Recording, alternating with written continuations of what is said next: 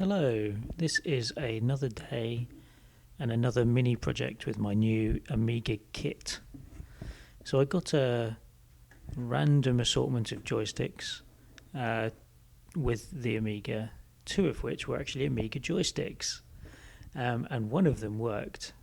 This particular one, however, you could go up and you could hit fire, but you were otherwise out of options.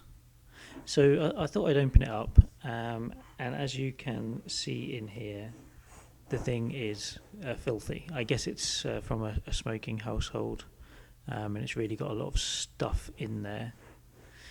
So I took it to bits, washed it all in the sink, circuit boards and all, and popped it all back together.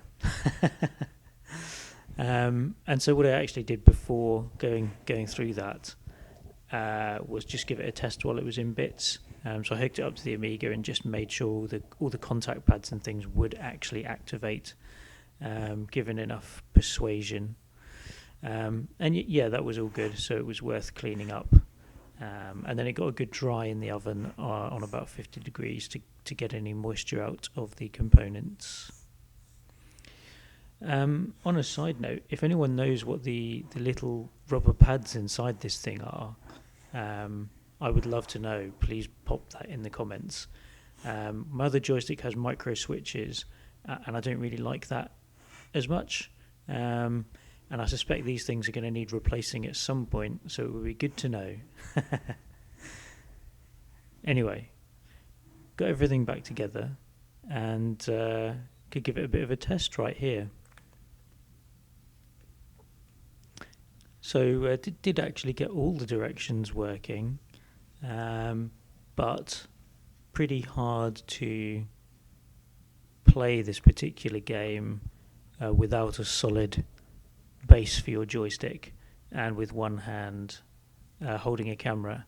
So that is my excuse.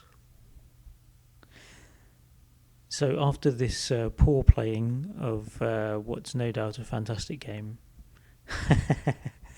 which I will now actually be able to try out with a decent joystick, just popped at the end a few shots of the case after that has been taken off. The case for the whole Amiga has gone through the sink and been washed up as well. And it's looking really good. I've kind of lucked out with the condition, I suppose. Be nice to figure out how to clean all the keys. I believe it's possible to remove them, but obviously I don't want to risk breaking them. They're kind of the only really grubby and slightly yellowed parts. So if I could get those pristine, the thing's going to look, really fantastic. Great condition. So that actually came apart to have a look at some weird floppy disk issues I was having, and to get a hard disk in there. So I'll probably pop up a video covering some of that as well. But in the meantime, enjoy this near pristine Amiga.